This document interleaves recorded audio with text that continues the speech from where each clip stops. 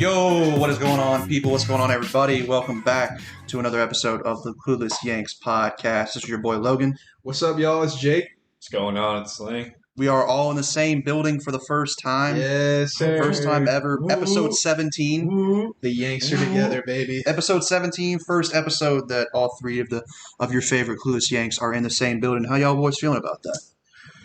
This is a monumentous moment right now. This is really weird because usually, I'm on the other end of the camera looking at Logan the whole time, and you can't Jake's see just kind Jake of in the background. Yeah. So Yeah. I don't know. I don't want to look at Jake right now. I kind of want to put up a wall between us and just I feel walk that it low off. key. Just I don't know.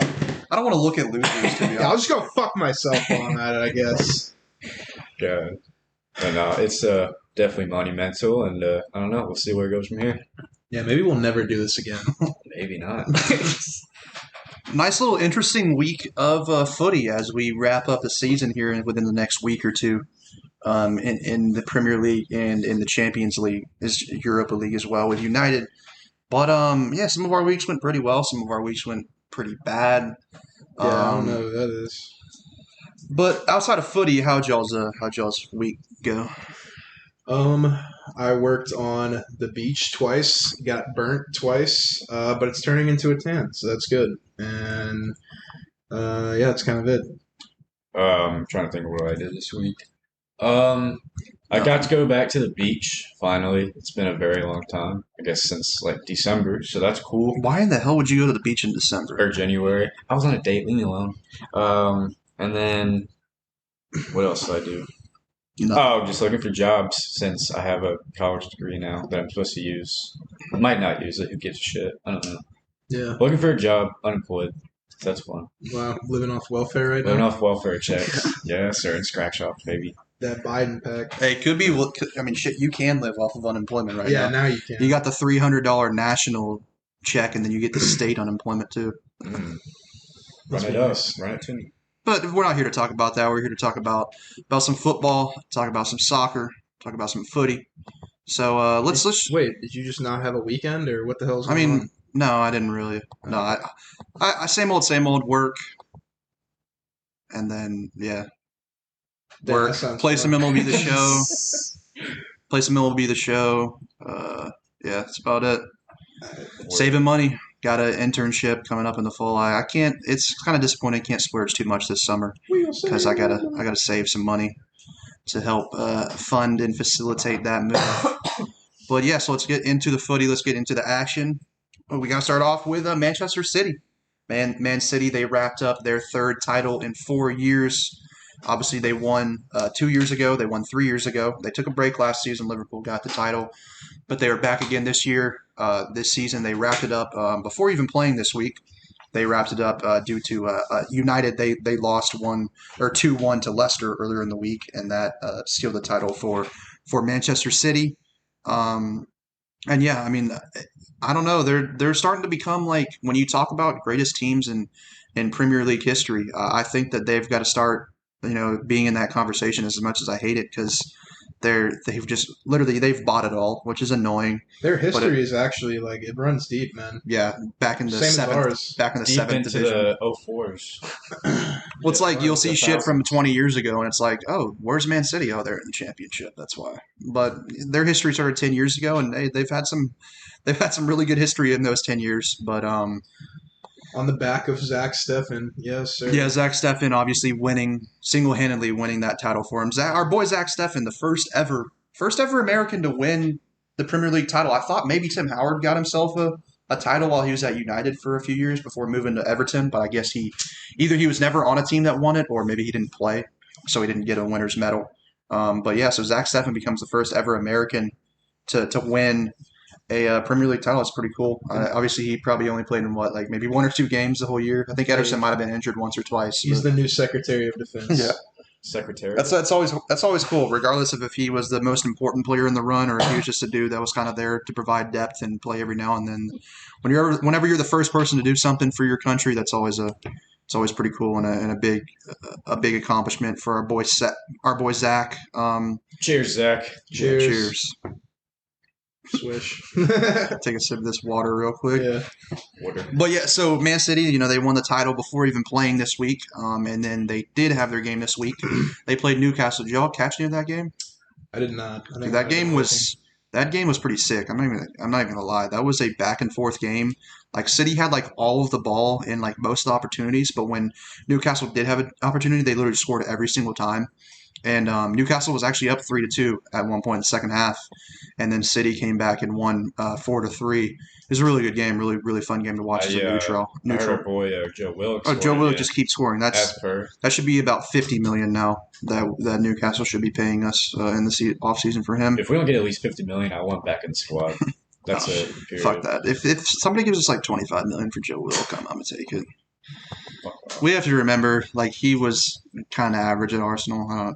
Even though he's doing really well at Newcastle, I don't know if he comes back to Arsenal and does the same. He's promising. But yeah, so City they wrap up the title.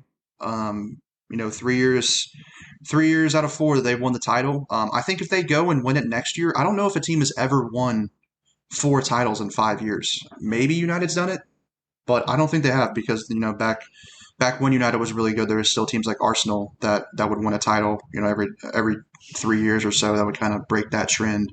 And so if City could win next year 4 out of 5 years, I mean, we're not only talking about, maybe, one of the greatest Premier League teams ever, but I think you got to start talking about Pep Guardiola as one of the greatest managers ever. You think about managers just in the Premier League. He's won 3 Premier League titles now. He's won, 3 or 4 Carabao Cups. He's won a couple of FA Cups if he wins the Champions League in a couple of weeks. The accomplishments he's had in England so far have been really impressive. Yeah, that'd be quite the resume. You think of some of like the greatest, the GOAT in English football is Sir Alex Ferguson, and I don't know if anybody will ever match his trophy total just because he coached for so long. We don't really see managers like that nowadays at big clubs coaching for 20 years at one spot. But then you have like Arsene Wenger. I think Pep is getting close to him in trophies that he won. And then even like Jose Mourinho has had some good years with Chelsea and Spurs in the Premier League. But I mean, I think right now it might be Sir Alex Ferguson, Arsene Wenger, than Pep Guardiola as greatest, at least greatest ever Premier League era coaches. Because I don't really know much about the shit that happened like the 50s, 60s, 70s, to be fair, outside of Arsenal history. But so yeah, Pep Guardiola once again proven that for me, he's by far and away the best coach in the world. I think there was some debate after last season with Jurgen Klopp, but I just don't really see that debate much anymore. He literally won the Premier League title this season without a striker. Played a false 9 like for half the season. Well, I don't think anybody really expected Gundogan to do what he fucking did. So that's part of that came out of nowhere. But that's part of Guardiola too. Like he kind of recognized it, and then you have when you have midfielders like they have that score that many goals, maybe maybe we don't really even need a striker. But little do you know, they'll have Haaland next season or like Harry Kane or some shit. Yeah. Oh, kill myself. If that gets Harry Kane away from Spurs, I don't really give a shit. Because if we're being honest right now, Slinger, Man City really are rivals in the league? Not really. We're not at that level. So yeah, but good week for City. They got the win to kind of top it off as well. Now we got to go from good to bad, and well, there's going to be some good in it as well. It was not a good week for Chelsea. We want to go in chronological order, so we got to start off with the first game of the week. Which one was that again? I don't remember. I believe it was Arsenal doing the double over Chelsea for the first time since 2004. First time in 17 seasons that Arsenal has done the double over Chelsea. And, I believe Jake was really confident last podcast. I think if I do recall the receipts that were printed from last week's podcast, I do believe Jake was very confident that Arsenal would drop points against Chelsea and that Arsenal would not. Who else was confident? Who's that? That's a reverse That man jinx. right there. Look, I took one for the team. That way my team could win. Yeah. It sounds you know like he's what? spinning.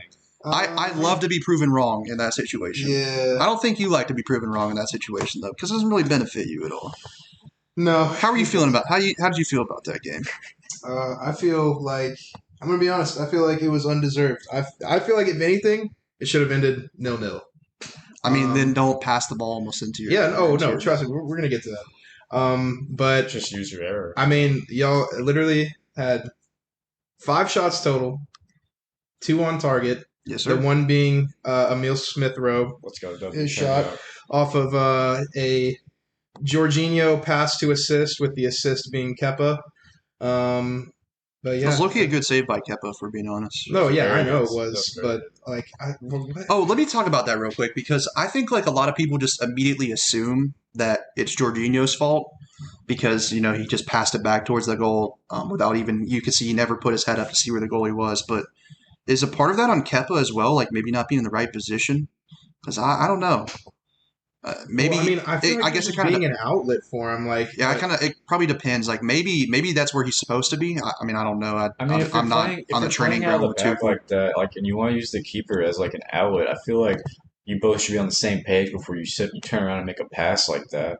But also, that's maybe on Kepa. Maybe he needs to be more heads up. Yeah, well, there it's in something that I would have to situation. I'd probably have to know what fucking Chelsea's tactics are to Yeah. know Here's whether or my not thing: is you still if have to you're get your going head to up and look. if you're going to pass it at all, you should know where you're passing and where your teammate is going to be. It goes for if you're playing a striker through and on goal. It goes for if you're playing to a fucking left back on the side. You should know where that person is that you're passing it to. And the fact that he just fucking nonchalantly is like, wham, right back to the goal. And he's like, oh, Kepa's 20 fucking yards to the right. You know why? It's because it was that elite Arteta ball press. That's what it was. Dude, he didn't have time to look. bro. It Didn't was have time to the look. lightest press in the It was world. an Yo, incredible Arteta press. is fucking maddening. And You literally Arteta can't continues stop to it. press Chelsea. You That's can't 3 stop straight it. wins against Chelsea for Arteta. 3 wins out of 3. That Here's alone another has thing. kept him in his Was Zuma had the ball, passes to Jorginho, and I will say Jorginho had a guy that was like, behind him and that was close to him. But instead of just giving it right back to Zuma, he fucking just laces that shit towards the goal, not knowing where the fuck Kep is at. And like you could tell, he knew immediately. He was like, "Oh fuck, that's Mhm. rolling right in." And then Kepa gets back, and it doesn't fucking. Well, you know what was also bad too is that the Chelsea players like I think it was Rudiger or Jorginho. They saw it and they were like, "Oh shit!" and just stood there. Rudiger wasn't. Whereas He wasn't playing that game. who was it Christensen? Zuma and Thiago Silva. Okay, then it was Thiago. It was no, because Zuma was on that side. It was whichever center back was on this side. So it was probably Thiago Silva, but they saw it and they like just watched it and they were like, "Oh shit, that's going in." Whereas the Arsenal players, Aubameyang and Smith Rowe, they were running towards the ball when it happened. Yeah, sir. Because if Kepa saves that and the Chelsea defenders are reacting at the same time, they probably clear that out. But because he saved and Aubameyang was the only one there to get it, he was able to pick out Smith Rowe and a little bit of a scuff shot, but it went in the back of the net regardless. Oh yeah, that was another thing that I also wanted to hit on was our fucking lineup for that match. And I understand this isn't Cup at the weekend. it's not a big. Well, it deal. was a huge game for y'all because you're trying to secure top 4. Now, if you don't beat Leicester on this upcoming week, you're probably not going to make top 4. Well, it kind of depends because Leicester does play Spurs the last game of the season, so they have a tough. Yeah, it run depends in, on what but- happens behind us as well. But we should definitely be trying to win. But Well, especially after y'all played like a really weakened team against who'd you play before us last weekend? Fulham. Yeah, you played like a really weakened side against them, and so you figured come out with a. You did sit like Conte, I think, was on the bench. Sat Conte. We sat Rudiger, who I think has been our tied for our best center back. We sat Timo, which we all know how I feel about Timo. But then again, That actually helped y'all. Yeah, Think about it. I will say, I don't know, man. It's just sometimes Timo does good things and then he just doesn't finish. So I shit on him for that. But I don't know. I feel like he fucking would have done better in that game than Havertz had that big one. Well, we made our mistake. That's the thing. People forget about because Jorginho made that big mistake, but it was Gabriel and Pablo Mari made a big mistake like 5 or 10 minutes before that, where Gabriel passed the ball back to Mari and didn't really put a lot of pace on it, but then Mari was very nonchalant on the ball too and had a bad touch, and Havertz took it off of his foot and was through on goal, and he just completely skied the one-on-one chance. Yeah, that was really cool. And then that beautiful at the end double crossbar. Leno made the save onto the crossbar from I think Zuma. And then Giroud hit it onto the crossbar. Oh yeah, I also want to talk about Leno. Pulled the fucking game of the century out of his ass. Mhm. Fucking that the shot that Mount hit. Yeah, that was a nice save. How bro?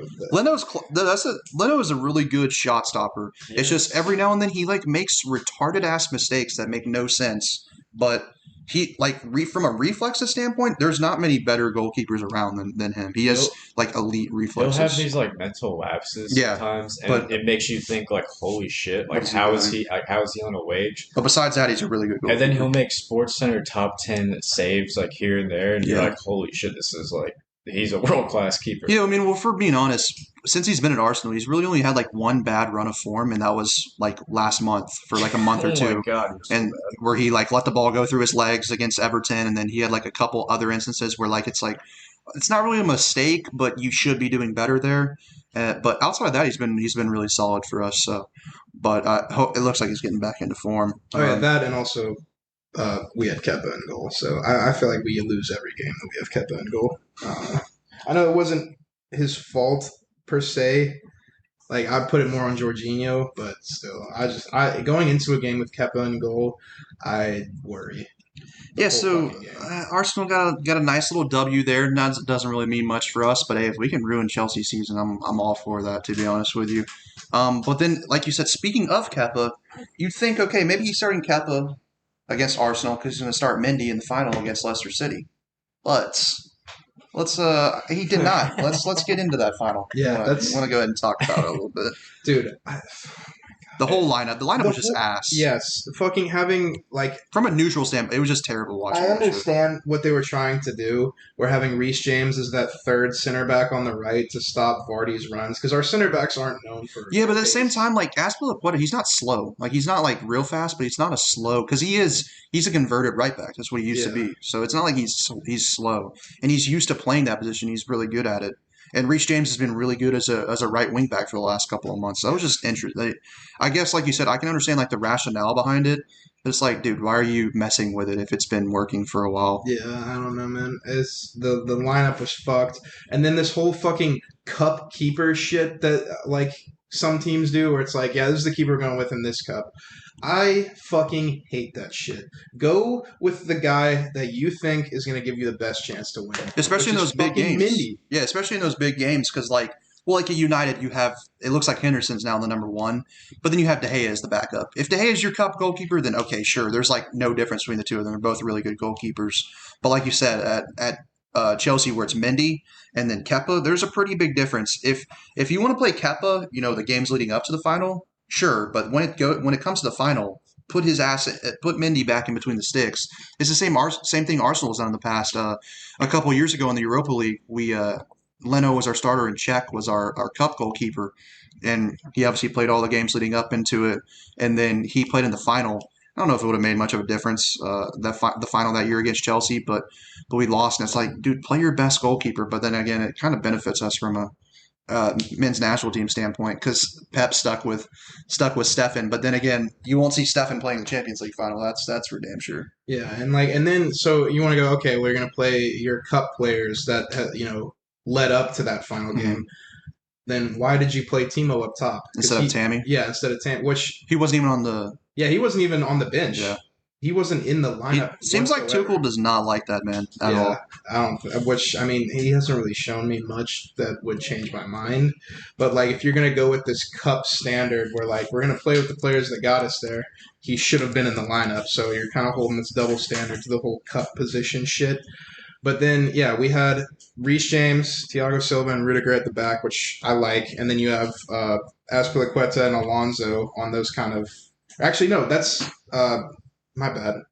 I want Reece and Azpili switch, which would have been ideal. But yeah, Azpilicueta as that right wing back. I like Alonso on the other side. He's solid. And then we had our Jorginho Conte link up in the middle, which is exactly what you want. And then I wanted Mount and Pulisic at those attacking midfielders, but instead we had Mount and Ziyech and then Timo up top, which... Fucking, we all know Timo did nothing the entire game. Did nothing. Y'all look so much more dangerous when you brought on Giroud, like in the last 20 minutes or whatever. Yeah, and he's just like that target man. Yeah, exactly. And like when you send balls into the box to a 6'4" Olivier Giroud, it's a lot. That kind of pressures teams a hell of a lot more than a 5'9" Timo Werner. Yeah, and Giroud has better hold up play too, so you can get those wingers and attackers in. And I mean, dude, like they had their one screamer of a goal, and that was really the only thing that worried us. And We thought we had an equalizer and Chilwell late. But he Rightfully was, subbed off or rightfully chalked off for offside. yeah, by a fucking shoulder. So that was good. I hate that shit. I like that it happens, like, because I didn't, obviously, I wanted Leicester to win. You know, as an Arsenal fan, you don't want Chelsea to win a trophy, but that shit is so stupid. It's like where you have to pull the lines out and, like, start pulling the fucking measurements out. He's probably offside by an inch, and like you said, it was his shoulder. And his shoulder didn't touch the ball, it was his foot that touched the ball. Yep. And his foot was onside. So, number one, I know that, yes, you can touch the ball with your shoulder, but, like, you're not gaining an advantage with that. If your foot is onside, and that's what you use to touch the ball, then I feel like that should just be onside. But at the same time, I hate this measurement bullshit. Like, if you can't tell by looking at it, by the naked eye, if it's offside or onside, then just keep it as whatever the call was on the field, or keep it as onside. And the same thing too, as I really wish they just make a margin for error with the offsides rule, like 3 inches or some shit, 3 or 4 inches, whatever they want it to be. Like, as much as how bad the MLS is, they do that shit. Like, they go by the naked eye, and when they review, they have VAR, but they don't pull out the stupid ass lines and start measuring by millimeters. They look and say, okay, it looks pretty damn close. It looks just about onside. We're going to give it onside. Whereas if it was the Premier League, they might pull out those damn lines and find out that, oh, he's a millimeter and a half offside, so we got to call it off.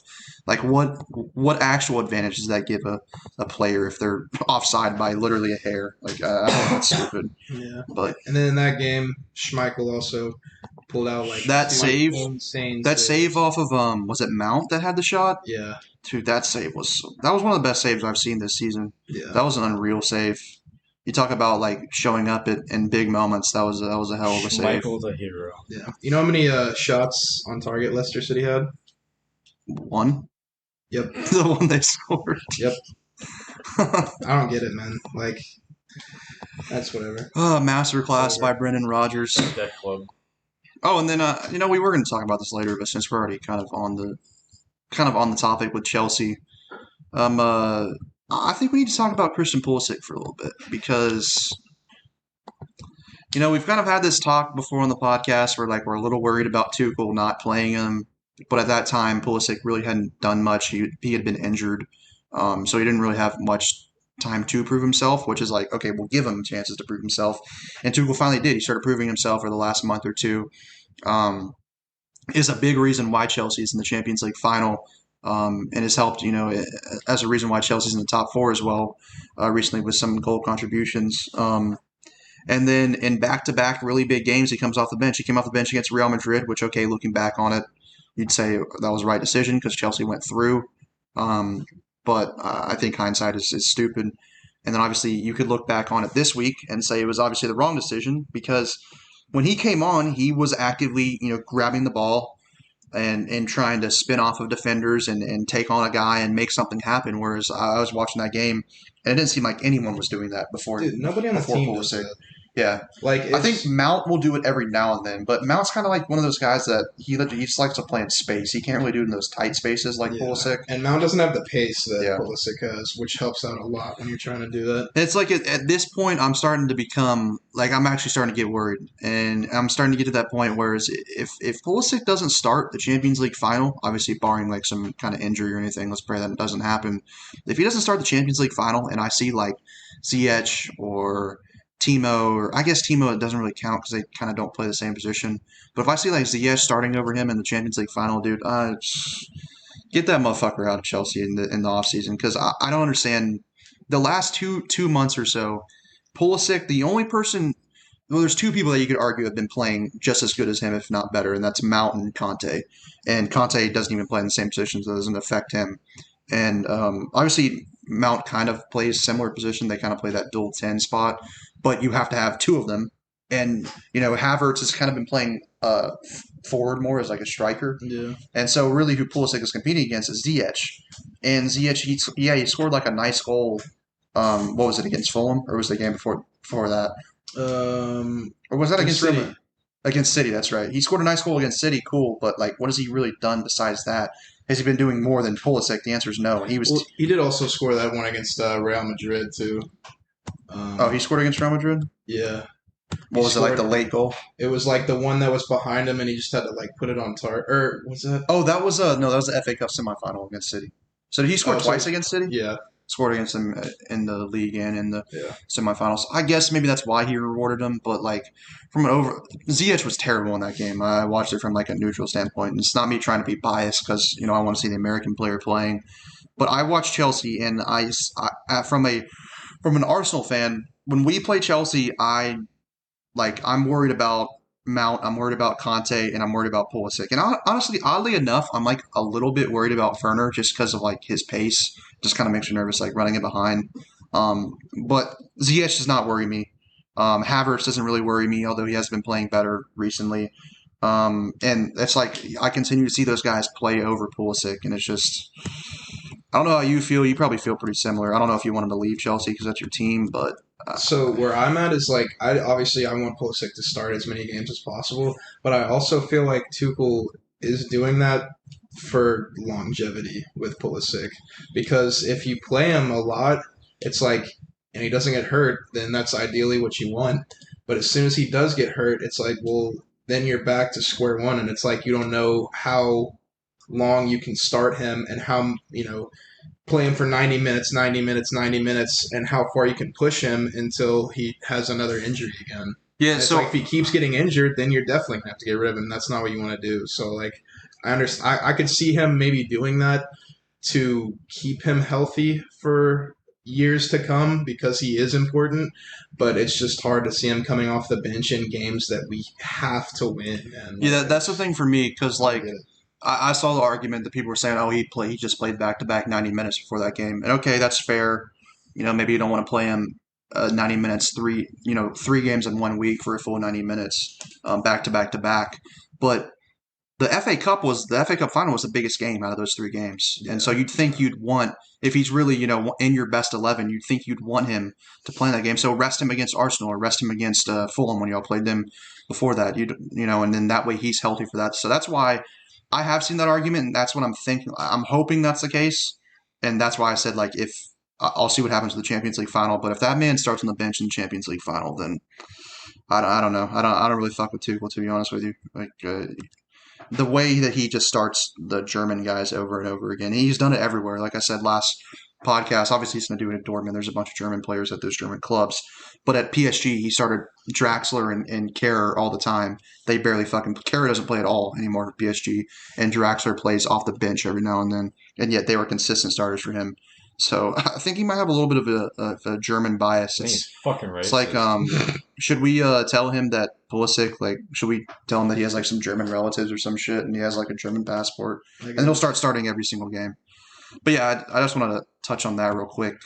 We'll see what happens with the Champions League final, but I don't know. I am starting to get a little bit worried. I'm not pressing like the panic button, but I am getting a little bit worried with him. Well, I mean, I knew for Werner and for Havertz, but I didn't even think about Rudiger because he's also German. But that's actually worked out, to be fair. Yeah, he's been one of our better. Rudiger has always been a pretty good center back, but for some reason under Lampard, he just had for a year he was just ass for some reason, always making mistakes. But it seems like he's kind of figured that out. Yeah. All right, let's move out of that. We're already taking up a lot of time here talking about Man City and Chelsea and Arsenal. Hey, good going, Jake. But look, it was important games. You got you had the Premier League champions and then the FA Cup, and we had to get our shit talk in there with the more important game. With the Arsenal win over Chelsea. But let's move on to Manchester United. We obviously talked about how they fell to Leicester earlier in the week, 2-1, and then they fell again on the weekend. They played Liverpool. I think it might have been on Friday, actually. They played Liverpool. They lost 4-2. Really, once again, there was a lot of good games this week from a neutral standpoint. Liverpool got the dub 4-2. They went down 1-0 in that game. They came back, made it 3-1 through some nice goals. And then United scored to make it 3-2. Kind of some nervous last 15, 20 minutes for Liverpool. And then they scored near the end to seal the game up. As Liverpool, they're pushing. They're pushing towards that top 4 spots. They're kind of trying to salvage something out of this season. Obviously, a disappointment. A lot of people thought that they'd be competing for the title again. A lot of people had them as the favorites. Now, you can't really see all those injuries coming, especially key guys like Van Dijk. But I think people expected them to do better in the Champions League as well, and they kind of went out of that with a whimper. But they are now only 1 point back of Chelsea in fourth place. They're 3 points back of Leicester. And so basically what's going to happen is if Liverpool win out, they're going to be in the Champions League unless something I think like wild happens. Because if Chelsea beat Leicester, then Liverpool would be level with Leicester on points. But right now they're level on goal differential. And so if Leicester loses, they're obviously going to drop goal differential. And then if Liverpool wins, they'd go up in goal differential. So you'd think that they'd edge them on that. But then if Leicester beats Chelsea, or if they even draw with Chelsea, then Liverpool with a win would jump ahead of Chelsea into that fourth place spot. So Liverpool, they really good week for them. They got the dub. A bad week for United, but to be fair, they're I guess they're in like a little bit of danger now of losing out on that second place spot, but I don't think they will. They're still 4 points ahead of Leicester with 2 games remaining. And their focus really now is to and their 2 games left are Fulham and Wolves. Yeah, and Leicester have to play Chelsea and Spurs, so that's It's a tough schedule there, actually. But yeah, Man United are probably more so focused on the Europa League final in a couple of weeks. But yeah, Liverpool they get two big dubs. They got that dub against United, and then they followed it up this weekend against West Brom. And did y'all see that goal from Alisson? Yes. Wow. The header, 95th minute. It was 4 minutes of added time. It happened in like the 94th minute, in like 20 seconds. It was probably the last kick of the game, last header of the game, I guess. Alisson got sent forward. It was tied 1-1 at the time, and literally just a beautiful header off of a corner scored. Absolute scenes. You gotta love it. I wish fans were there to see that shit. That would have been crazy. Alisson is obviously a guy that I think a few months ago he lost his father. So he was really like emotional after scoring. So that was pretty cool to see.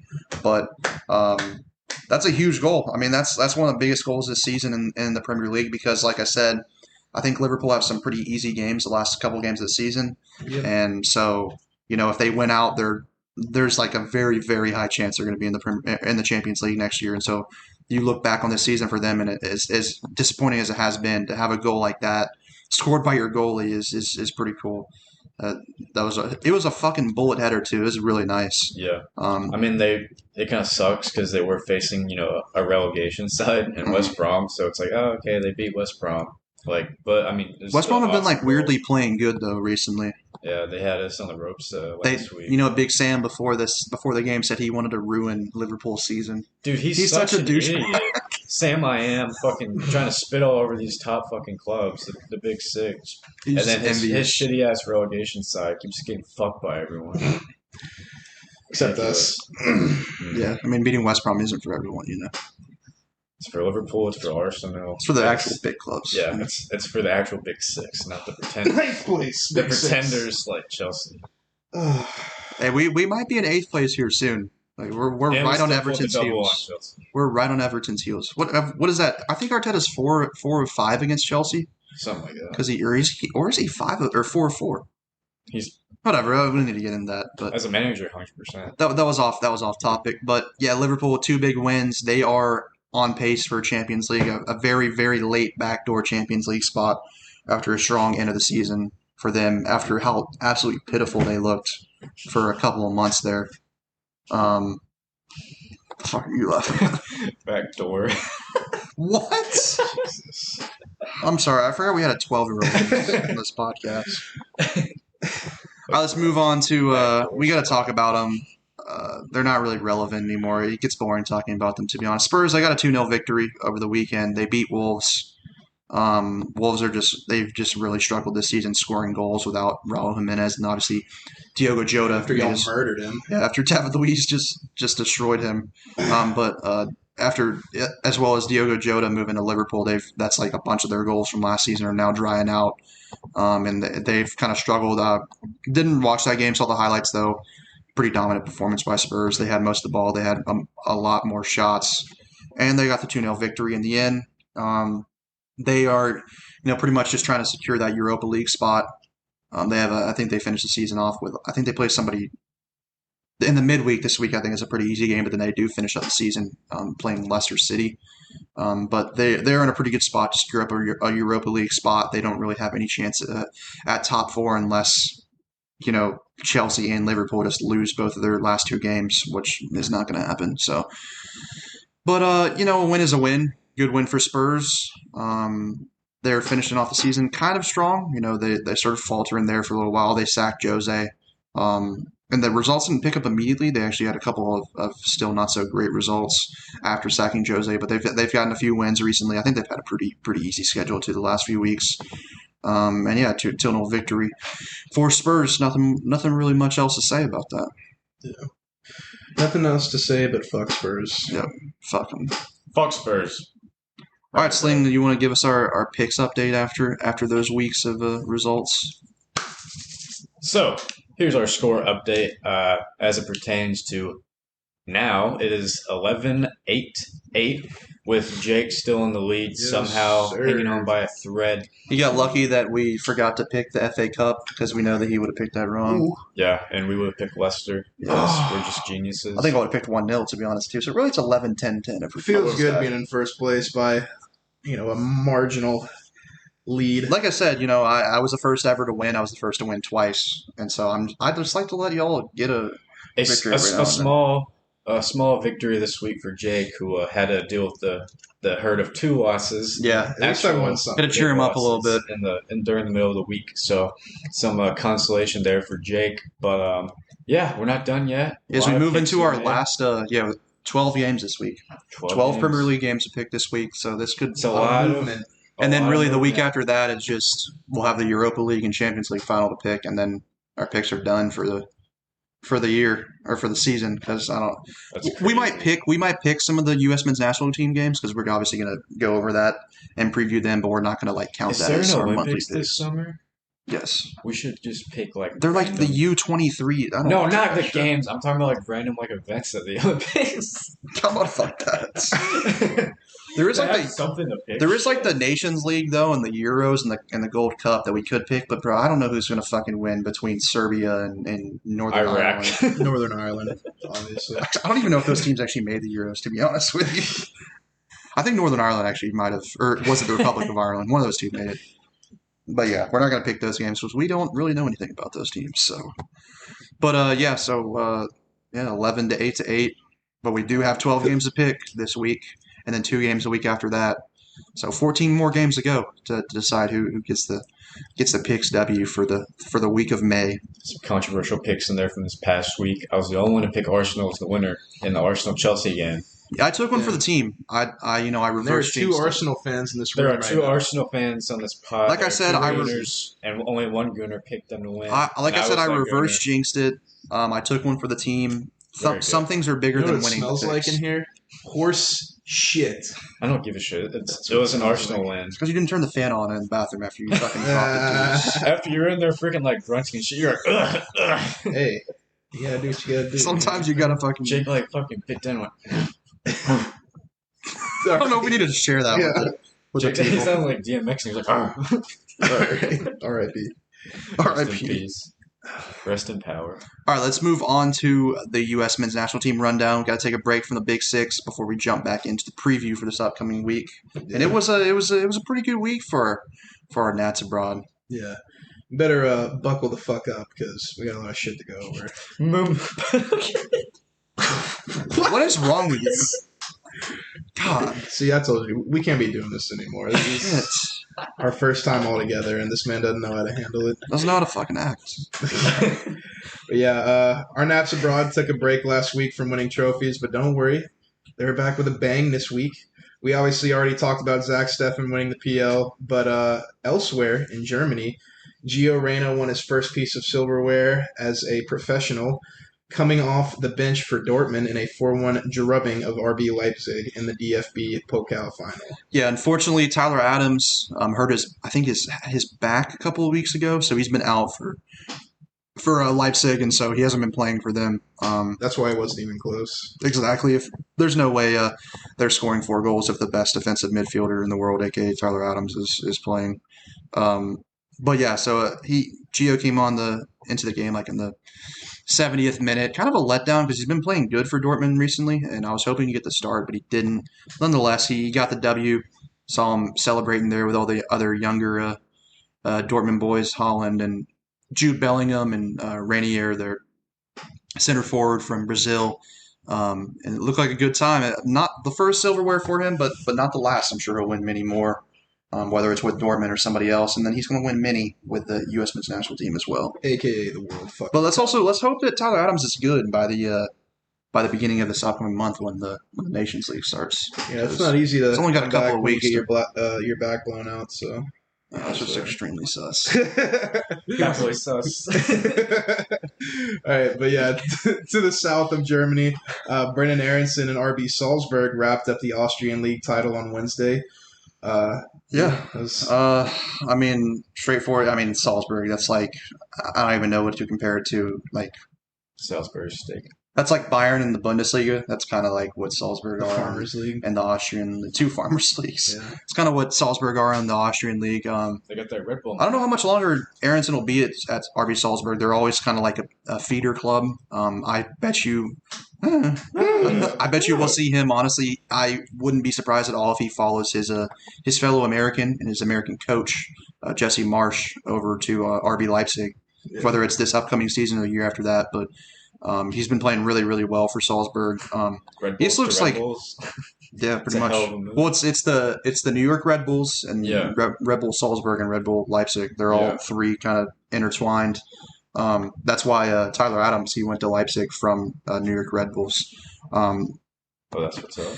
But so yeah, I mean, I don't know how much longer he'll be at Salzburg. Would be cool to see him at Leipzig at a team that's going to be playing Champions League football next season and following his fellow American, his coach Jesse Marsch.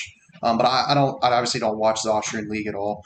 But I do watch like highlights. There's people I follow on Twitter who will make like little 2 minute and 20-second highlight videos on Twitter, and I'll watch him play. He just looks like so smooth and confident on the ball.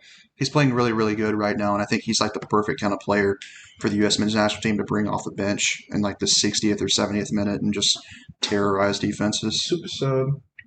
Yeah, but 3 trophies this week, and those were not the only important accomplishments. Gio Reyna and John Brooks both secured Champions League football next season over the weekend, so that's pretty fly, seeing both of them in there. Mm-hmm. Gio, John, Tyler Adams, and maybe even Chris Richards or Justin Shea could all be playing in the Champions League next year for their respective Bundesliga clubs. Yeah, and then like I said, maybe Aronson makes the move to Leipzig and he plays for them in the Champions League. Could have a bunch of obviously we got Gio at Dortmund. I don't think he'll be going anywhere this summer. You got John Brooks at Wolfsburg, who, by the way, Jurgen Klinsmann called him the best defender in the Bundesliga. I kind of, I'm not gonna lie, I kind of wanted Jurgen to get fired, but that man is. I've been fucking with that man ever since. He just hypes up the men's national team players over and over again. I love it. But so Gio obviously will be playing with Dortmund. John Brooks is with Wolfsburg. Tyler Adams will be playing Leipzig.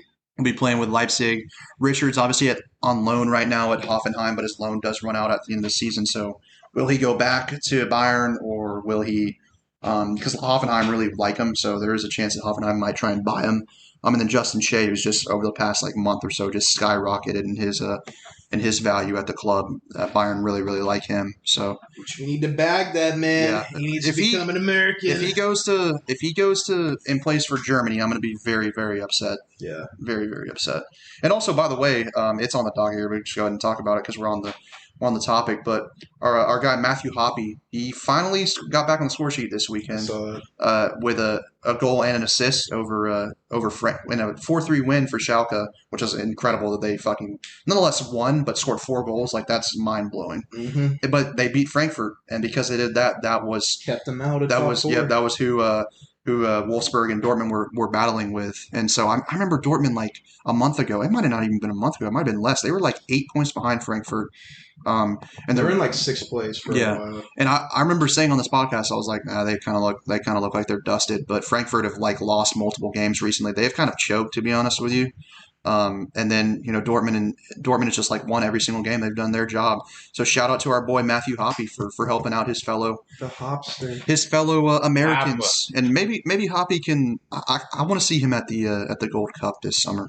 Yeah. I don't think he'll get called into the Nations League because hell, he's not. I don't think he's not even been capped for the national team yet. But if we could see him at the Gold Cup, I'd like to see that. Because playing any games at Tampa this year? No, well, there is going to be games either in Orlando. I think it might be in Orlando. There is Gold Cup games in Florida. but it's like Costa Rica versus like Saint Martinique or some shit like that. The U.S. games are not in Florida. So that's St. Martinique again? Yeah, I don't actually know. Trying to get their shit ran again? That was insane. I don't know if it's actually Saint Martinique. I don't even know if they're in the Gold Cup. But it was Costa Rica versus like some small like Caribbean or Caribbean side. Yeah. Yeah, about dumb as hell. It wasn't all glory this week, though, as we have send our commiserations to Anthony Robinson and Tim Ream as Fulham officially got relegated this past week. Yeah, it was sad. We've been on the podcast rooting for Fulham. We're like, please relegate Newcastle. Please, Fulham, stay up. I gotta give it up to Newcastle. They got backpacked by Joe Willock, and he saved their season. But came at the detriment to Anthony Robinson and I guess Tim Ream. I think he's played like maybe 3 or 4 games in the Premier League this year, if that, to be honest with you. But I will say though, Anthony, I think might. Like, I know we want him to move on, but I think there is a good possibility that he could because, like, I saw I can't remember who it was, but he was like the 5th or 6th rated left back in the Prem this season on something. So. Well, and also I saw a stat too that like across Europe he's like 3rd or 4th in like cross completion or some shit like that. Yeah, so I can see him moving on. He is really, really good going forward. The problem with him is that he's not that great defensively, and that's why I was hoping. You get in the Premier League, get some experience, you're gonna get better by default. But Fulham, they come up, they go right back down. It's what they've been doing, for the past 7-8 years, ever since old Clint Dempsey left them. Yep. But that was their stabilizer. But yeah, because Fulham with Clint Dempsey on their team, they got to a Europa League final somehow. Yes, sir. But yeah, Fulham, they're just a little teeter-totter. They go up, they go down every single season. I'm sure they'll probably be back up after next season, but we'll see if Anthony stays. He posted like a message to the Fulham fans talking about how disappointed he was. But I don't know. Like I've said before, I kind of want him to make a move, but at the same time, I don't.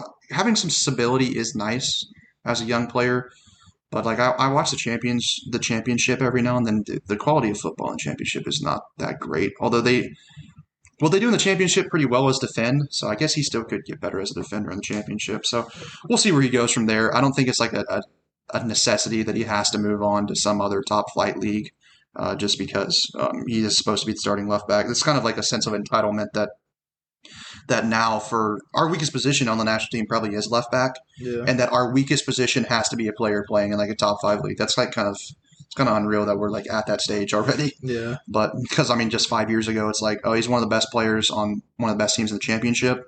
Okay, cool. He's probably good enough to play left back for us, but no, we'll see what Anthony does. We'll see if he makes a move. We'll see if he stays. I would like him to move, but I'm not going to be upset if he stays with Fulham. Yeah, but another promising player, Jordan Saibachi, was back in the goals this week for Young Boys.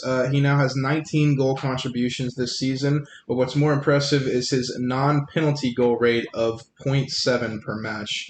That is actually first in the Swiss League, above his own teammate that often starts ahead of him. Yeah, I think that works really well for – maybe that should be the argument, though. Okay, he should be starting then because 0.7 goals per match – non-penalty goals, that's actually like fantastic. Yeah. Like the stat right there is number 1 in the Swiss league with that stat.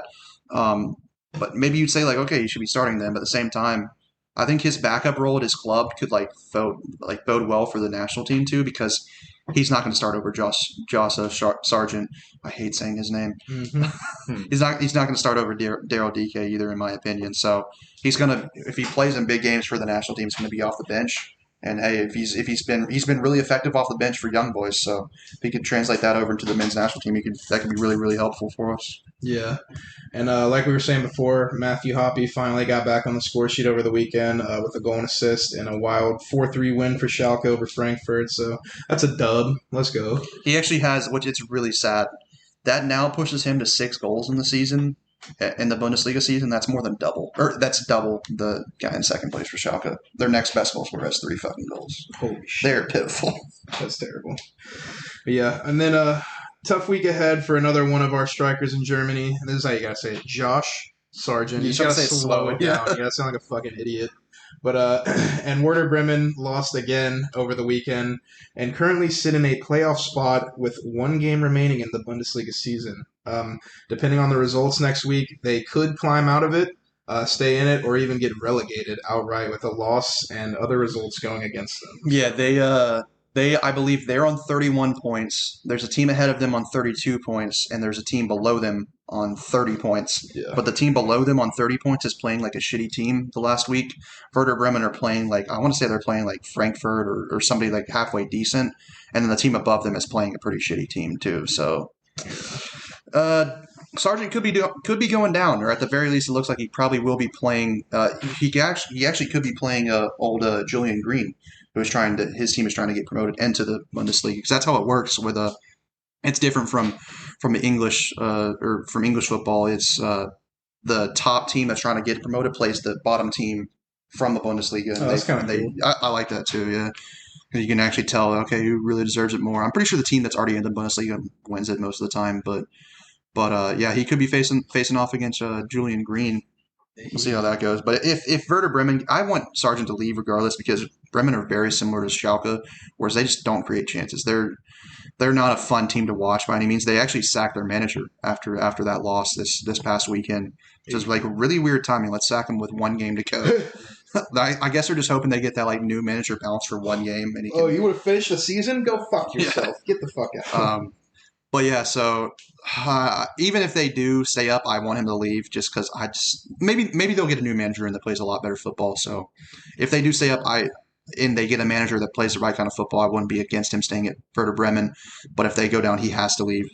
Especially if he wants to be the striker for the national team. I mean, we've got DK, who is either going to be playing with Barnsley in the Premier League next season, or he's going to be playing with somebody else in the Premier League next season.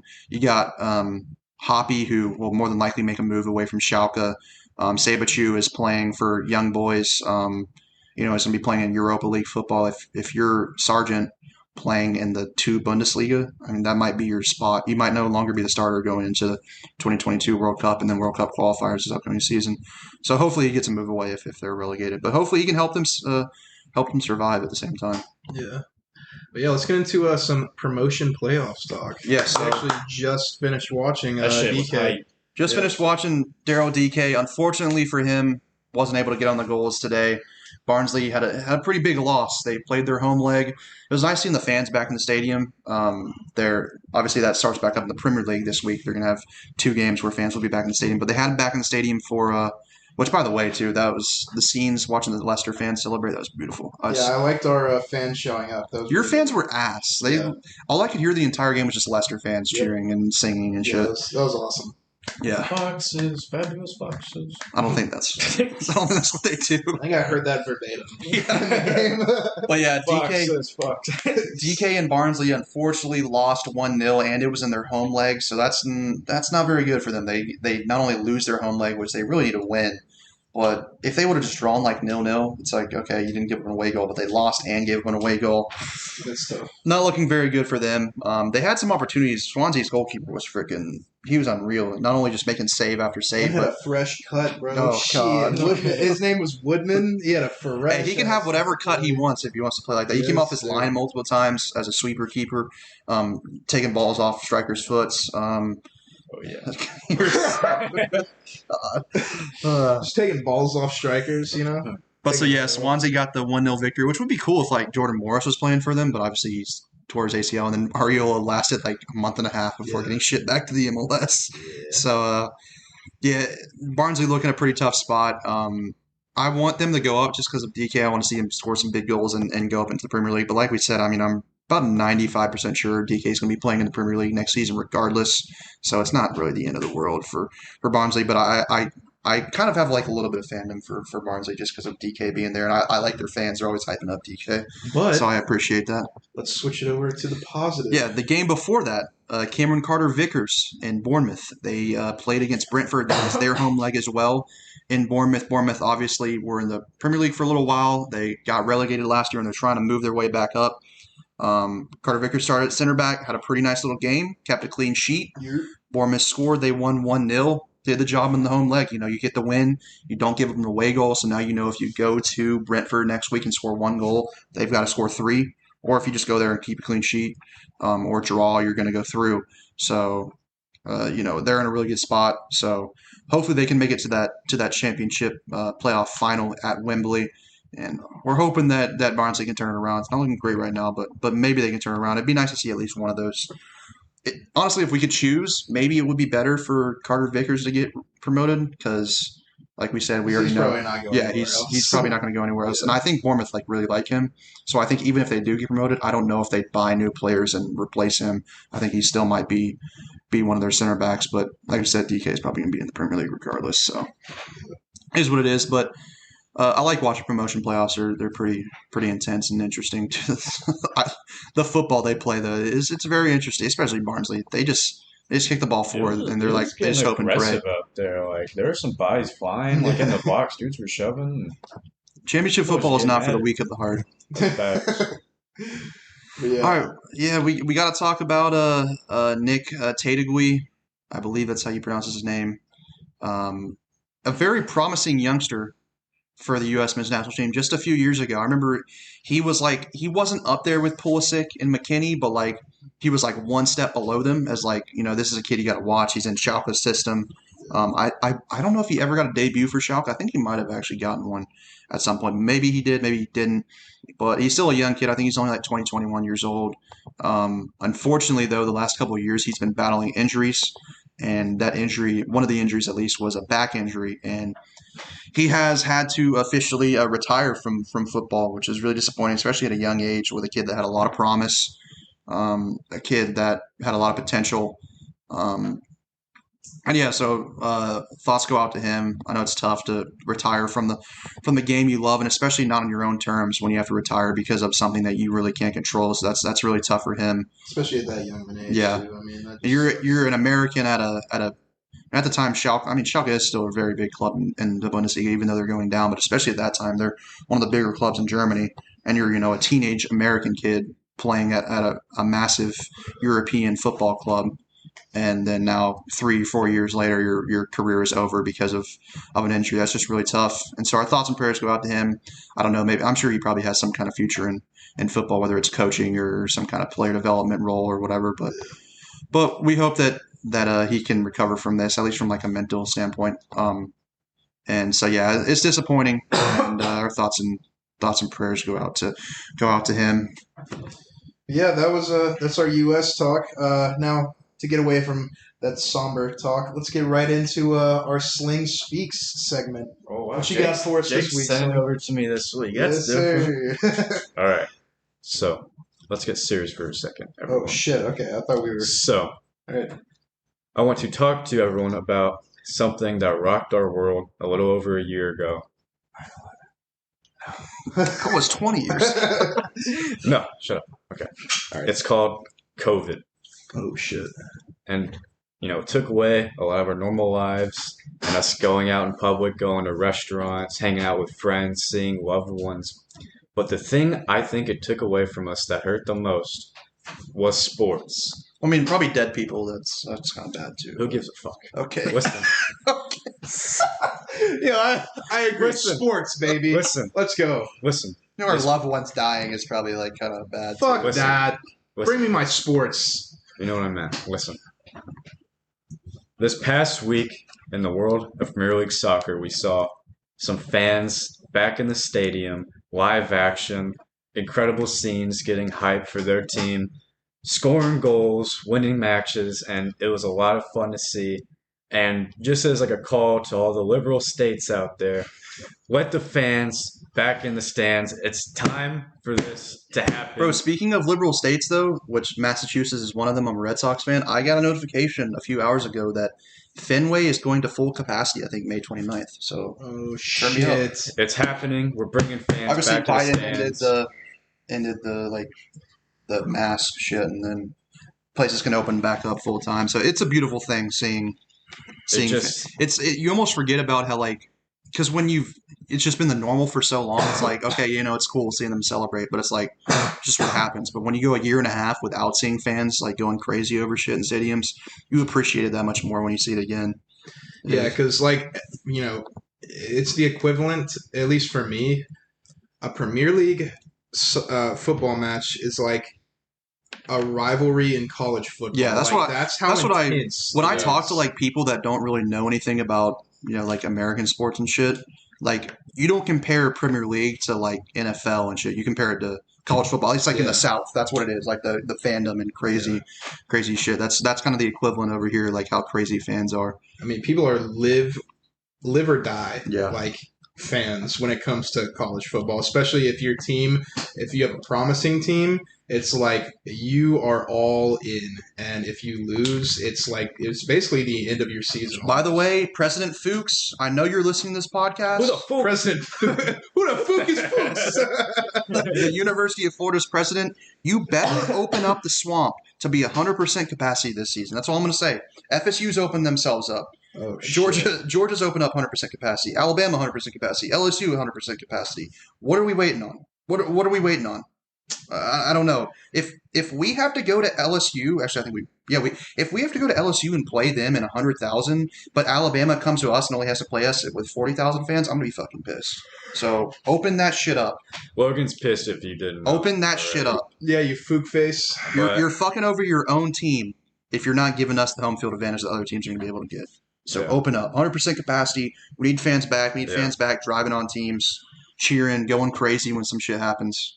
It's what sports are all about. Yeah, but just to kind of wrap up this Sling Speak segment, brings a tear to my eye to see fans coming back to the stands. I was seeing the fans get back in there and seeing sports get back to the normal. Dude, that shit put like a massive smile on my face when I saw all the Leicester fans celebrate. I know it probably didn't put a smile on Jake's face. Yeah, I wanted to shoot myself in the fucking. But when I saw all the Leicester fans celebrating with the team, and like, there's a moment when like Vardy earned a corner, like kind of late in the game, and he got up and like pumped up the fans. I was like, "Let's go!" I don't give a fuck about Leicester, but I was getting hype. Yeah, I was like, "Fuck you." But yeah, that was okay. It's just a beautiful thing seeing fans back in the stadium. Unless they're celebrating against your team, then it's not as fun. All right, time to get back into the Big Six talk. Like we said, we got 12 games to preview, 12 games to pick this week, the last week of football. They pushed back all of this past weekend's games to midweek because now they're letting fans in. They wanted to make sure that each team got one game at home to play in front of their fans. I think they're going to let in like 20% or something like that. But we start off tomorrow. United, they host Fulham.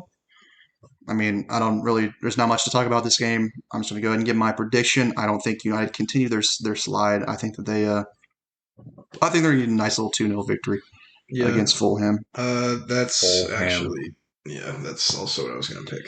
2-0 United. Fulham's on the beach. They're ready just to prepare. Go vacation before they have to prepare for their championship season next year. So yeah. I'm gonna say 3-0 United. No, 3-0 United Fulham.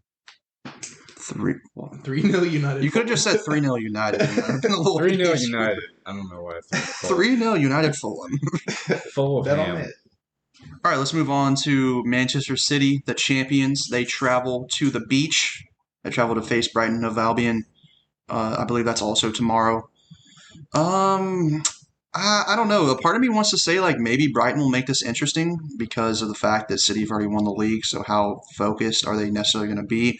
But at the same time, I think City want to stay like in a winning mentality and a winning rhythm because they do have that big Champions League final in a couple of weeks.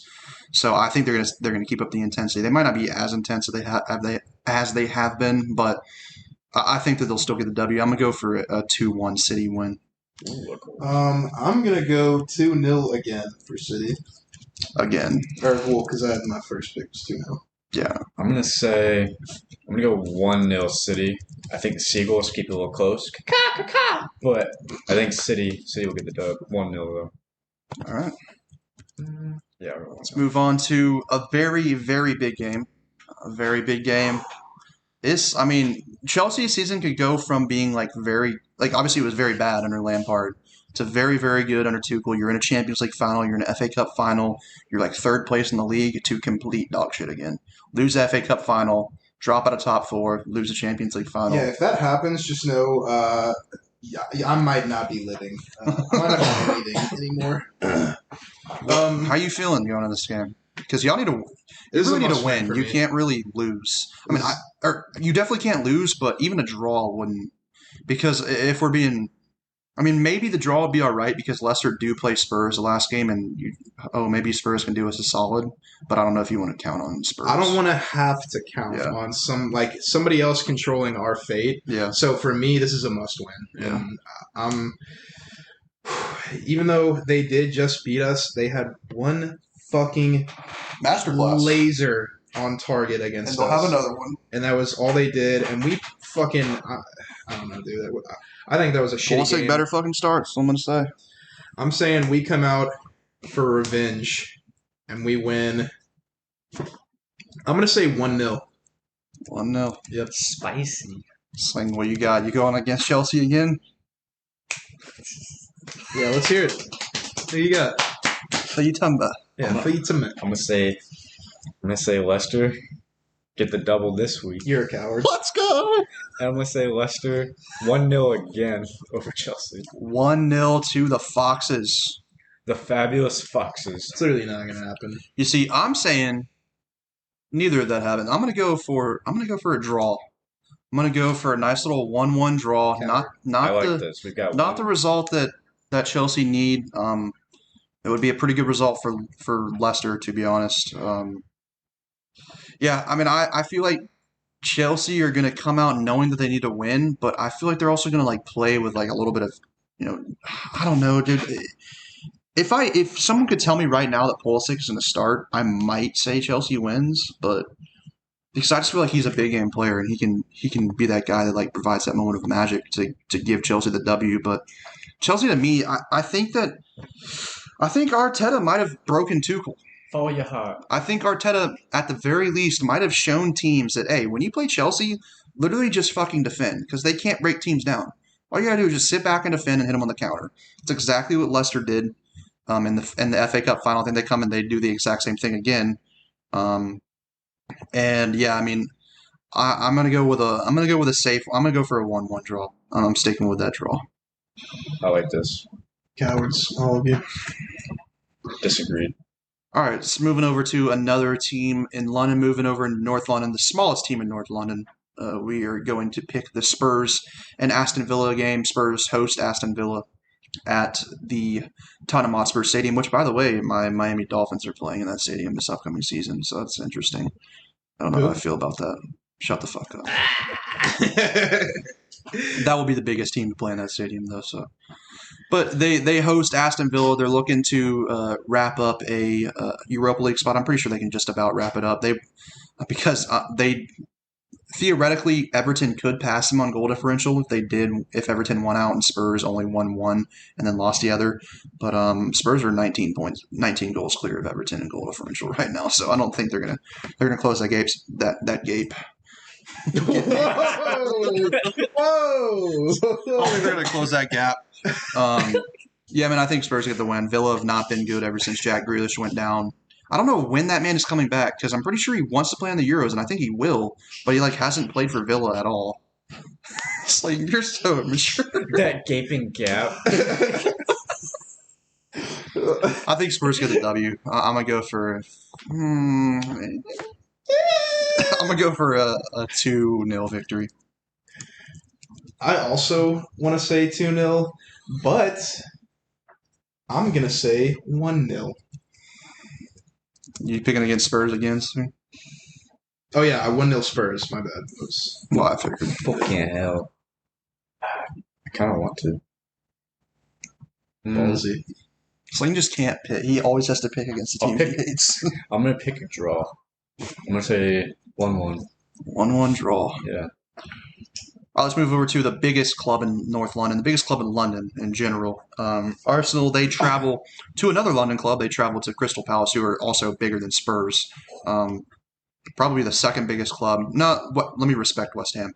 Crystal Palace, the third biggest club in London after Arsenal and West Ham. There's a lot of clubs in London. But they travel to Crystal Palace. There will be fans in the stadium for Crystal Palace, so I think that'll help them, and that'll kind of push them on. They'll want to win because of that. But I don't know how much. I don't know. We don't always play great against Crystal Palace. It's kind of almost like a bogey team. How we have a bunch of bogey teams nowadays, but even when we were doing decent, we never really played great against Crystal Palace because Wilfred Zaha turns into fucking Lionel Messi every single time we play them. But at the same time, Arsenal tend to play pretty well when the pressure's off, and you could say the pressure's off, but technically we do have a chance still at Europa League. If teams ahead of us like West Ham and Everton continue to drop points, Spurs too if they were to lose their last couple of games, but I think we're going to be playing mostly with the pressure off, and I think we'll use that to our advantage. I think Zaha might get his normal goal, whether it's him diving for a penalty and getting one, but he always seems to score against Arsenal, so I'm going to go for a 2-1 victory for the Gunners. I'm also going to pick a victory for our Gunners. They didn't fail me last week. I don't think they'll fail me this week. And I'm going to say 1-0 Arsenal. Book it. 1-0. What you got, Jake? I'm going to go with a 1-1 draw. Who's on that pussy shit? All right, the last game from the midweek. It's Liverpool traveling to Turf Moor. They face Burnley. Liverpool know what they got to do. Win out, you're in. I think it's straightforward for me. I'm going to go for... I think the pressure might get to them a little bit, but I'm going to go for like a 2-0 victory. I think they might play like a little bit uptight, but they're still going to come out of there with a win. Yeah, I'm also going to go 2-0 with Liverpool on that one. I'll also say 2-0. Wow. Cowards. Always copying me. That should be a fun one to watch. 2-0 is just such an easy score to pick for a Big Six team facing a really bad team. All right, we move on to the weekend. God, you're a nasty bastard. That one slipped out. We move on to the weekends. Every single game on at the same time. It's going to be all of them will be on national television. It's kind of cool how they do it in the U.S. They'll do actually maybe because they have that NBC Peacock type shit now that some of it will be on that or NBC Sports Gold. But what they would do in the past is they'll have one on NBC Sports, have one on NBC, they'll have one on Lifetime, they'll have one on fucking Sci-Fi, USA Network, random ass channels. But they're all 10 games are on at the same time. I believe it's either 9 or 10 a.m. where we're at. And the first one that we are going to pick is the Spurs and Leicester game. Probably the biggest game on that final day. Leicester obviously will be trying to secure a top 4 spot. Spurs will be trying to secure a Europa League spot.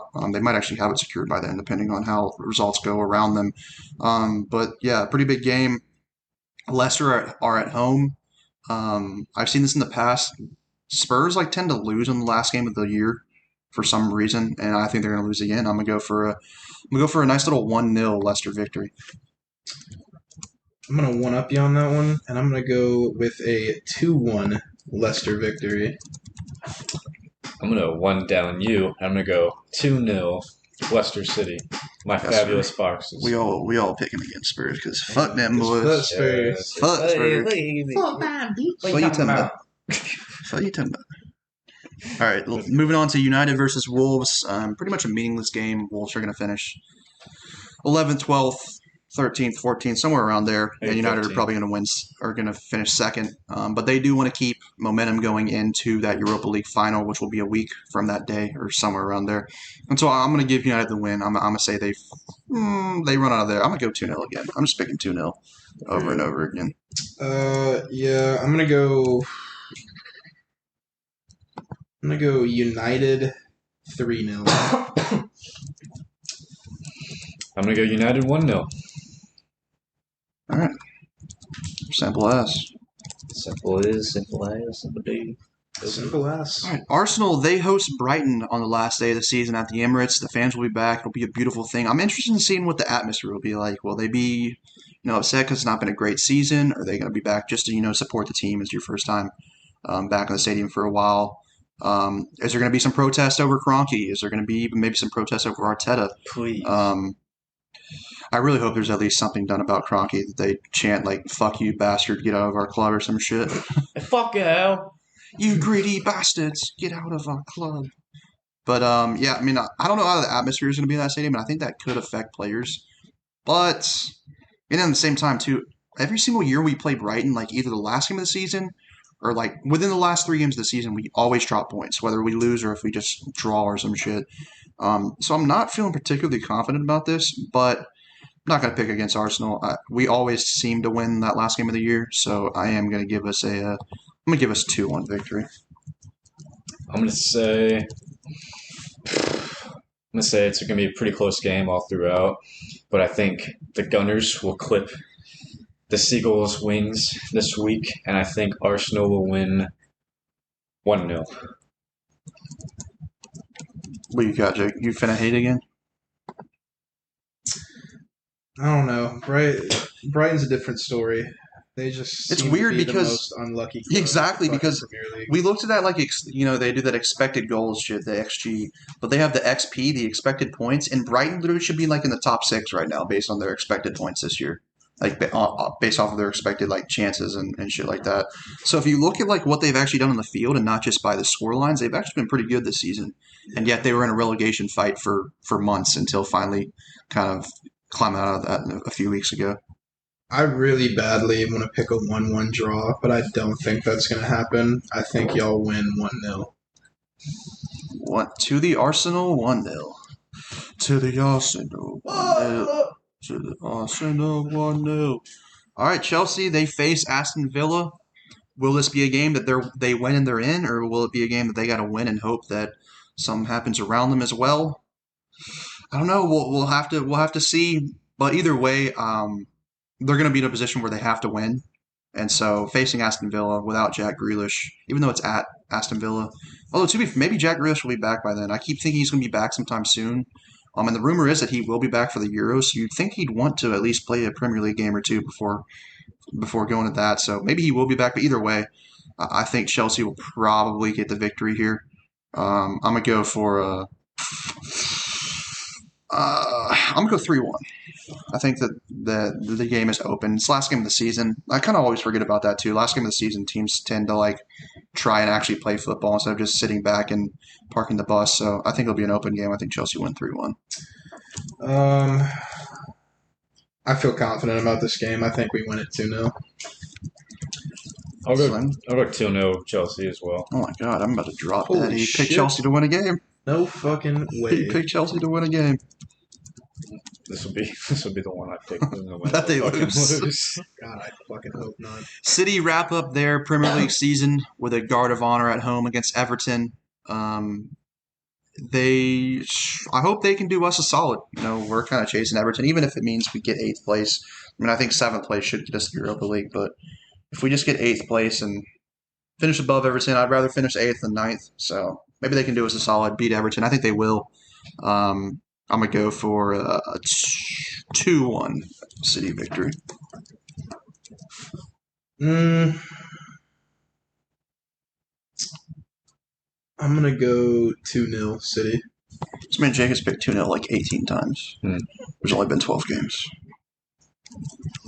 What do you got, This Sling? is me like week 13 shit. Yeah, you picked 2-0 like 7 times. Hey, in a it row. worked for Sling. I'm going to go 3-0 City. No, 2-0. God damn. All right, the last game that we're picking, I guess for us, the last game of the Premier League season. Liverpool, they host Crystal Palace. Yeah, I mean, if they win, they're in. I think it's going to be pretty straightforward for them. I think they could cause problems by like Zaha and Eze. And If they win, they win. This is true. Keep going. if they win, they're in. Dumbass. No, if they win, they're in. I think Liverpool will get the W. I think it's gonna be a tough game, but I think that they'll get the W. I'm gonna go 2-1. God, I mean, you can still pick the same scoreline. yeah, that's what I'm picking 2-1. We got Slingerland. 2-0 Liverpool. God damn. All right, let me just calculate this real quick because between all it's 12 games, 3 picks, so 36 picks. We have 1, 2, 3,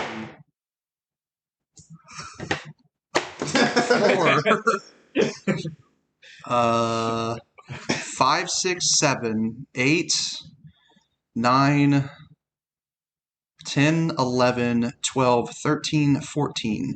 14 of our 36 picks this week are 2-0. the scoreline. So really creative from the boys there.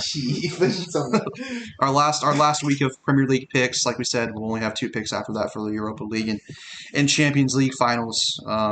But this is the week to make your move. This is the week for Jake to choke away. Boom, boom, boom. To choke away the May title, just like Chelsea are choking away their season at the moment. It's not gonna happen. What do Chelsea and Jake both have in common? Choking. They both choke. All right, that's coming towards the end of our pod. You know what we got to do before we get out of here? We got to give our winners and losers of the week. I'm starting off with my winner. And my loser, you know who my loser is. But my winner also kind of goes hand in hand. My winner this week is Leicester City. They won their first ever big trophy 5 years ago when they won the Premier League title. They won their second ever big trophy and their first ever FA Cup this past weekend against Jake's Blues. What a goal from Yuri Tielemans, 30-yard screamer. What a goal to win an FA Cup. It was beautiful to see the fans celebrating in the stands with the players. It was also beautiful to see their owner come down and celebrate the trophy with the players because that's his father is the original owner of Leicester a few years ago when they won the title, and he was the one that died in that random helicopter crash. And so yeah, it was cool seeing him come down. It's nice having an owner that actually seems like he cares about the club. That must be nice. Can't relate over here at Arsenal, but Leicester are my winners this week. The whole thing, the players, the Brendan Rodgers, the coach, the owner, the fans, they're all winners this week. And then my loser this week, Chelsea Football Club. Their season looked absolutely fantastic a few weeks ago. This week, they lose to Arsenal. Now their top 4 hopes are in jeopardy. They lose to Leicester. They drop another FA Cup final for the second year in a row, lose out on a trophy. We'll see how the next couple of weeks go, but they're my losers for now. Not a good week for the Blues. Yeah, my winner for this week is actually Liverpool. Because I'm not gonna lie, I thought that they were buried dead too, in the water, 100%. and they have come out of nowhere and are right on Chelsea's fucking ass. So, and they're also right on Leicester's ass with a win. And if Leicester drops points loses to us, Liverpool is tied with them. Yeah, Liverpool is 100. If they win their last 2 games, the way that the scenarios work out, they're 100% in unless some crazy goal differential shit happens. Because if Leicester beat Chelsea, they'll obviously jump Chelsea. If Leicester and Chelsea draw, they'll jump Chelsea. If Chelsea beats Leicester, then they can tie Leicester. But right now they're equal on goal differential. And with that win and loss, they'd 100% obviously go ahead of them on goal differential. So Liverpool are pretty much in, and winning they're in. So what a turnaround these last few weeks from Liverpool. Yeah, and just imagine if they had their defenders back, and they'll have them back next year. That'll be fun. Yeah, so and Henderson too. Forget about the captain of the club. Yeah, they're definitely my winners for this week. And yeah, my loser is also Chelsea because we don't even need to get into that slang. We could if you want to talk about it a little bit. What are you talking about? Sling. My winner of the week is the fans that were back in the stadium to watch some Premier League soccer this past week. You keep saying Premier League. It's the FA Cup. So, Premier League teams, yeah. Yeah, Premier League teams, sure. To watch their Premier League sides compete in I saw you tweet English about that soccer. too. You're like, oh, it's so good seeing fans back for Premier League games. I was like, I should. You should just stop being a pussy. Shut the fuck up and let him talk. You probably hated the fact that they were in the stands. Definitely not. I'm literally all for fans. This man hates fans. God, he hates fans. Well, he ruined my winners of the week. Yeah. But I will say, I agree that fans are winners. Fuck you. All right. You smell like shit. Jesus. What's wrong with you? Anyway. People on this podcast don't realize that we're joking. And they're probably like, oh, man, he must be. Oh, bloody hell. We're going to go 3 for 3 with losers of the week. And I'm going to say Chelsea Football Club. Oh, it was just easy to pick the loser this week. It's just too easy. They got doubled on by the Arsenal. And then they got doubled on in the FA Cup final, too. Back-to-back years with an L. So, lots of L's this week for Chelsea. Arteta really broke We're just saving it for the Champions League, What's important here? I think you're going to actually have to face Man City's A team this time. You can't just face their B team for a third time in a row. We're going to fucking beat their ass like a Cherokee drum. I'm not too sure about that. All right, yeah, so that comes to the end of the podcast for this week. Before we get out of here, we got to tell the people what we learned. I'm going to pick on Chelsea again. Go figure, you coward. You fucking cowards. I learned that shit is not sweet. It's not sweet. A lot of Chelsea fans thought it was sweet. Jake thought it was sweet. Jake thought it was very sweet. And just like that in sports, your season can go from like really. Fruit. I learned that I'm about to murder everyone in this fucking living room right now. That's what I learned. Even yourself? Yeah, Just I like- will. I fucking will. Just like that, your season can go from fantastic to not so good to fantastic again. And now it's looking a little bleak again. It's a cruelty of sports, and maybe I just learned that shit's not sweet around here. That's what I learned. Okay. I learned that even though our season isn't going the exact way that we wanted it to, definitely would have liked to win the FA Cup. Definitely Shit. didn't want to drop points to Didn't say some shit Arsenal, about Arsenal. especially the way that we did. And definitely aren't hoping that our top 4 hopes are in jeopardy, but they kind of are right now. But, I guess you could say that I learned this, but I really didn't. That's the fact that Arsenal is still in fucking 9th place and got knocked out of And their we still don't double cakewalk over them. Europa League And that we still they don't were double going to be over in the finals with Man United, and they got knocked out by who? Oh, Villarreal. Okay, Cares. just making sure. But yeah, so even with an off year, I guess you could say for us, we're still 5 places above Arsenal, and that's what I learned. And we're having our worst season in like 30 years, so It's my turn. You love to it's see your it. turn, Sling. I learned that even at Arsenal's worst, We're still- they still have Chelsea's number. Oh, and we can still beat the pull shit a out of double that on them. team with a Russian sugar daddy as an owner. Small We victories. get no help. We get no money from our owner. They spent $250 million in a summer, We spend like and we still do the double over 50 them. million. And we still get the double on them. So Yeah. Arsenal at their worst, they're still I better. mean, you than played our C Chelsea. team that game too, so I mean, you are missing like 2 or 3 starters. like 5. So we Six. played. because we Poolsick played doesn't like count. your 1A, 1B team. Let's go through this. They had Reece James starting, Azpilicueta was starting, Mhm. Thiago Silva was starting. Yeah. I guess Zuma is not a starter, but that's 3. Kepa's not a starter. Did y'all start? We played their one. We started Billy Gilmore. Billy Gilmore's 5. Shut the fuck up. Happy Gilmore. No, actually, no cap. Billy Gilmore is actually like nice on the ball, but he's also like 5'3", and he Okay, can't but do we're anything talking else. about our starters that we sat. So We he's played Torreira. Zuma. We played Kepa. We Better than played Mendy. Gilmore. Better than Conte. That's facts. Conte And we who? sat Timo. Okay, well that shit does not fucking That's a count. starter. I mean, Timo's That's better a than starter. Prime That doesn't Aguero, count. Really. If we're saying finishing Does not opportunities, Kai Havertz had a fucking sitter and pulled a You know fucking what? Timo. You know what we want to do, Sling? What? You know what I'm about to do right here? I'm going to see if we're playing our full A team, because I don't think we were. No, Were we? the hell we weren't. We were not playing our full team. Let's just go ahead and check out. the Injuries lineup. don't count.